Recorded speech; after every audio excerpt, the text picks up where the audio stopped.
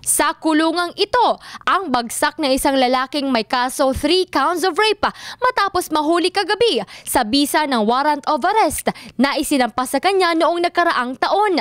Mismong sa tahanan ng naarestong si Jonas Agpeta, 29 anyos, sa Purok 8A, Barangay Pulunuling sa munisipalidad ng Tupi, South Cotabato ito dinampot ng mga kapulisan sa isinagawang Manhunt Charlie. Si Jonas Agpeta ang number 2 most wanted person para sa buwan ng Pebrero taong 2016 sa bayan ng Tupi. Sa naging panayam ng news team sa naarestong si Agpeta, itinanggi nito ang akusasyong may nirape ito.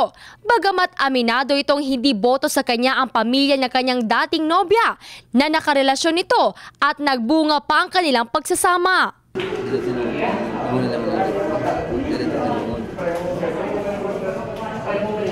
Ulong lang sa ako kasi yung bayi, hindi man to muna sa ako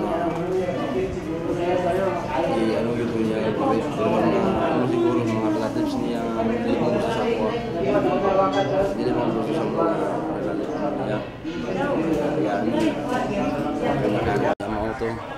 Nagbigay din ito ng mensahe sa pamilya ng kanyang dating nobya na humingi na sana bawiin na ang kaso dahil bunga ng pagmamahalan ang pagkabuntis ng kanyang nobya. Kung sa ano nila sa kuha, dawaton na kung sabihin na ano nila sa kuha nga, importante ginuon na lang mo ano sa mo. Ginuon na lang na ako kaya wala man gid ko salana. Sa ngayon, nakadetinan na si Agpet sa Tupi Municipal Police Station. Para sa mga dokumentasyon, hindi naman nagbigay ng panayam ang mga kapulisan sa kaso ni Agpet. Jessa Laduna, Brigada News.